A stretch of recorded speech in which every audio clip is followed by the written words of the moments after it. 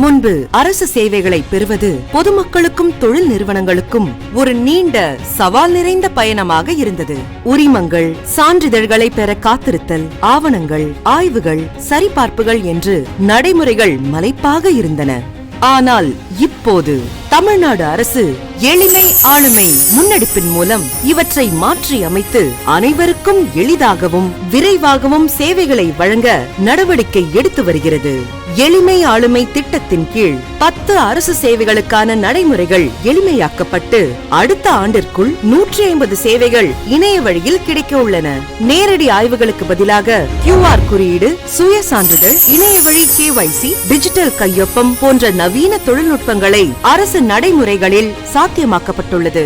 முதற்கட்டமாக மாண்புமிகு முதலமைச்சர் திரு மு.க. ஸ்டாலின் அவர்களால் சுகாதார சான்றிதழ், பொது கட்டிட உரிமம், முதியோர் இல்ல உரிமம், பணிபுரியும் மகளிர் விடுதி உரிமம், மகளிர் இல்ல உரிமம், சொத்து மதிப்பு சான்றிதழ் நடைமுறையிலிருந்து நீக்கப்படுகிறது. வெள்ளை வகை தொழிற்சாலைகளை விரிவாக்குதல், புஞ்சை நில தடையின்மை சான்றிதழ், நன்னடத்தை சான்றிதழ், அரசு ஊழியர் பாஸ்போர்ட் தடையின்மை சான்றிதழ் ஆகிய 10 சேவைகள் எளிமையாக்கப்பட்டு மக்கள் பயன்பாட்டிற்கு கொண்டுவரப்பட்டுள்ளது. முன்பு தாமதமானவை இப்போது ஒரே நாளில் கிடைக்கின்றன.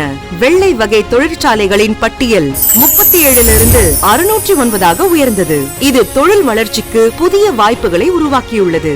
தமிழ்நாடு மின் ஆளுமை முகமையின் தொழில்நுட்ப ஆதரவுடன் எளிமை ஆளுமை திட்டம் அரசு சேவைகளை உலகத்தரத்திற்கு உயர்த்தியுள்ளது.